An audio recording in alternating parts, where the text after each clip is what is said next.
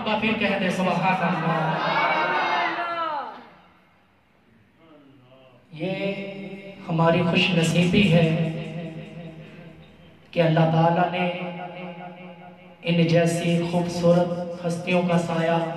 ہم پر رکھا، اور ان کے صدقے اللہ تعالیٰ ہمارے ایمان اور ہمارے عقیدے کی حفاظت فرما رہا ہے۔ صرف 2 منٹ کی حاضری، اس کے بعد علامہ صاحب کا خطاب۔ جب پیارے آقا علیہ السلام حضور اماں حلیمہ کی حضرت اماں آمینہ رضی اللہ تعالیٰ عنہ آپ کی گود میں تشریف لائی نا، تو حضرت اماں آمینہ آپ اپنے بیٹے کو دیکھ کر کہتی ہیں کہ خدا کی عزت کی قسم، اتنا حسین چہرہ، اتنا خوبصورت چہرہ، ایسا حسین چہرہ میں نے آج تک نہیں دیکھا۔ ذرا محبت کے ساتھ کہہ دیجئے نا سبحان اللہ۔ یہ تو ہر ماں اپنے بچڑے کے بارے میں کہتی ہے کہ میرا بیٹا سب سے زیادہ خوبصورت ہے، چاہے وہ جیسا بھی ہو، لیکن جس کی گود میں سارے نبیوں کا امام آ جائے، وہ حضرت اماں آمینہ کہتی ہیں کہ خدا کی عزت کی قسم، میں نے ایسا حسین چہرہ آج تک نہیں دیکھا۔ تھوڑی دیر کے بعد حضرت حلیمہ سعدیہ رضی اللہ تعالیٰ عنہ آپ آتی ہیں، آپ آ کے کہتی ہیں اے آمینہ آپ کیا کہتی ہو کہ تو نے ایسا حسین چہرہ آج تک نہیں دیکھا؟ تو نے دیکھا کیا ہے؟ یا تو نے قریشیوں کو دیکھا، یا تو نے ہاشمیوں کو دیکھا، یا اپنے خاندان والوں کو دیکھا؟ ارے مجھ سے پوچھ، میں مختلف قبائل میں جاتی ہوں، خدا کی عزت کی قسم میں نے ایسا حسین چہرہ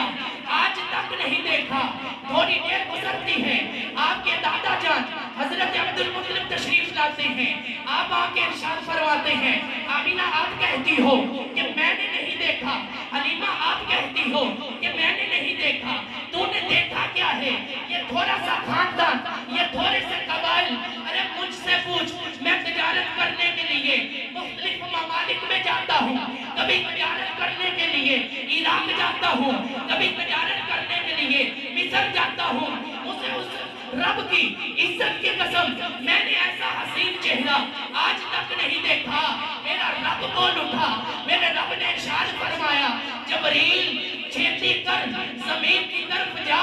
ذرا زمین کی طرف دیکھ، وہاں پر میرے نبی کی نات کا تذکرہ چھڑا ہوا ہے۔ تو بھی زمین کی طرف جا،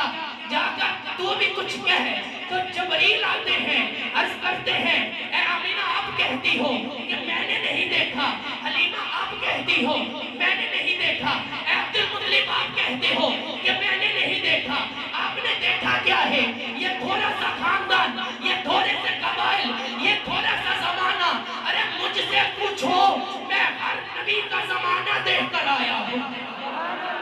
میں نے حضرت آدم کو میدان عرفات میں روتے ہوئے دیکھا، میں نے حضرت ادریس کو جناب والا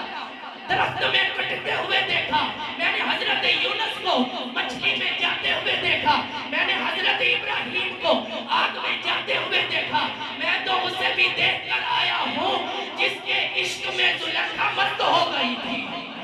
میں نے ہر نبی کا زمانہ پایا، میں نے ہر نبی کو دیکھا، مجھے اس رب کی عزت کی قسم جس کے قبضہ قدرت میں میری جان ہے، میں نے تیرے لاڈلے محمد جیسا حسین چہرہ آج تک نہیں دیکھا۔ میرا رب بول اٹھا، میرے رب نے ارشاد فرمایا ارے تم دیکھتے تب جب میں محمد جیسا کوئی اور چہرہ بناتا، جب میں محمد جیسا کوئی اور چہرہ بناتا، مجھے اپنی ربوبیت کی قسم، مجھے اپنی جلالیت کی قسم، جس سانچے میں میں نے اپنے محبوب کے وجود کو پیدا کیا، میں نے وہ سانچہ ہی توڑ ڈالا۔ تو شخص نے کہا کہ ہے سراپا اجالا ہمارا نبی،